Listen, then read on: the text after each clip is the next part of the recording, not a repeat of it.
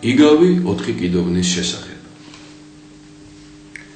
შემდეგ მეფემ 4 კიდობნის შეკვრა ბრძანა. ორი მათგანი ოქრო ვერცხლითა და ძვირფასი თვლებით უნდა ყოფილიყო მოვაჭრილი. შიგნით კი ჩაეყარათ მიცვალებულთა ძვლები, ყოველგვარი სიმღრალე, უწმიდურება და ყველაფერი, რაც საძაგელია კაცთა წინაშე, ხოლო გარედან ოქროს საკეთით ჩაეკეტათ. ორი კიდობნის კი გარედან ფისითა და ნიგვზით შეგოზვა ბრძანა. მათში ძვირფასი და პატიოსანი თვლები უნდა ჩაეწყოთ. ყოველივე ის, რაც კაცის გულს ახარებს, ხოლო საკეთის ნაცვლად თოკებით შეეკრათ. შემდეგ მეფემ იმათი მოწვევა ბრძანა, ვინც დაძონძილ სამოსიანი წმინდა ბერების პატივისცემისთვის განიკითხა იგი. და როცა ყველანი მეფის წინაშე შეიკრიბნენ, ხელმწიფის ბრძანებით 4-ვე კიდობანი შემოიტანეს. ორი თვალმარგალიტით მოვაჭრილი, ორი კი ფისითა და კუპრით შეგოზილი. მეფემ მათი შეფასებას თხოვა ქვეშევრდომებს. ოქრო ვერცხლით მოჭედილი კიდობნების შესახებ ჰყადრეს მეფეს. ჩვენი გონება ვერ შესწვდება მათ ნამდვილ ღირებულებას, ფასდაუდებელნი არიან ისინი. ამ კიდობნებში ყველაზე ძვირფასი განძი უნდა იქნას შენახული. ხოლო გუდრონ წასმული კიდობნები იმდენად უშნო და უარგისია, რომ ვფიქრობთ, არანაირი ღირებულება მათ არ გააჩნია. დაასრულეს ქვეშევრდომებმა. მაშინ მიუგო მეფემ.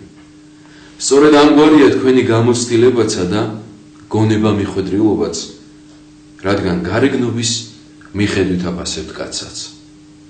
და ბრძანა ოქრო ვერცხლით მოვაჭრილი კიდობნების გახსნა. ყველა შეაძრწუნა იმ სიბილწემ და უწმიდურებამ, რომელიც კიდობნებში იხილეს. იქიდან ამოვარდნილმა საძაგელმა სიმღრალემ კი სუნთქვა შეუკრა მათ. განუმარტა მათ მეფემ. ეს იმათი სახეა, რომლებიც სამოსლითა და ოქრო ვერცხლით გარეგნულად იმკობენ თავს. შიგნიდან კი სავსე არიან უმეცრევით, უგუნურებითა და სიცრუით, სიბილწითა და ყველა იმ უწმინდურებით, რაც ამ საძაგლობაზე, რომლის სუნიც ახლა გცემთ, უფრო უმღრალესია. შემდეგ მოფისული კიდობნების გახსნა ბრძანა მეფემ. დარბაზი გაანათა მათგან ამომავალმა ნათელმა, ძვირფასმა თვლებმა ირგვლივ ყველაფერი გააბრწყინა. კიდობნიდან ამოფრქვეულმა სურნელებამ კი ყველა დაატყვევა.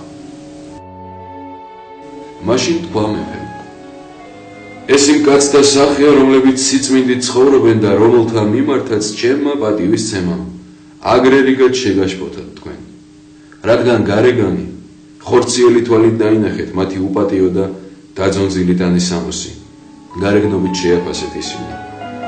მე კი შინაგანს მათი გულის დაფარულ საუნჯეს ვხედავ. აღიარეს ქვეშევრდომებმა, რომ რიად სასარგებლო იყო მათთვის ეს მაგალითი და დარწმუნდნენ, რომ სწორად მოიქცა იმ დღეს მეფე. უფლისწულო, შენი ქცევაც იმ მეფის ქცევას გავს. შენ სიმსიხარულის იმედით მომაგე პატივი, რომელსაც ჩემგან მოელი, დაასრულა ბალავარმა.